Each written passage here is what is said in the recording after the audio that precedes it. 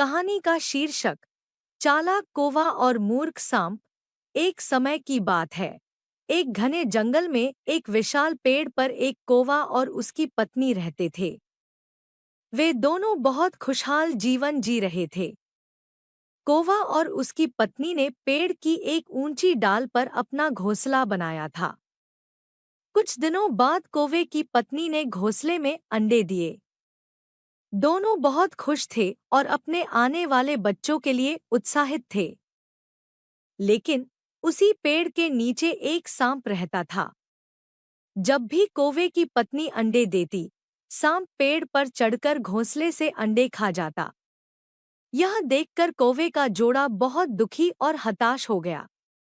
कौवे ने कई बार कोशिश की कि वह सांप को अंडों से दूर रख सके, लेकिन उसकी हर कोशिश नाकाम रही। एक दिन कौवे ने फैसला किया कि अब और नहीं। वह सोचने लगा कि आखिर कैसे सांप से अपने अंडों को बचाया जाए।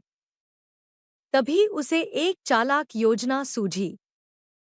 चालाक कौवे की योजना। कौवा उड़ता उड़ता पास के राजा के महल में पहुंच गया। महल के बगीचे में रानी स्नान कर रही थी।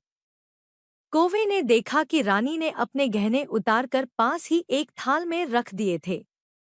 कौवे ने तुरंत थाल से एक कीमती हार उठाया और तेजी से उड़ गया। महल के सिपाही कौवे को गहना चुराते देख तुरंत उसका पीछा करने लगे।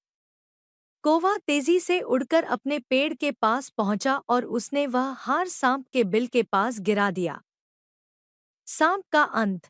सिपाही कौवे का पीछा करते हुए पेड़ तक पहुंचे और वहां उन्होंने देखा कि हार सांप के बिल के पास पड़ा है। उन्होंने तुरंत सांप के बिल को खोदा और सांप को मार डाला। फिर उन्होंने हार को उठाया और महल वापस लौट गए। कौवा और उसकी पत्नी बहुत खुश हुए। अब उनके अंडे सुरक्षित थे और सांप की वजह से उन्हें और कोई परेशानी नहीं हुई। नैतिक शिक्षा।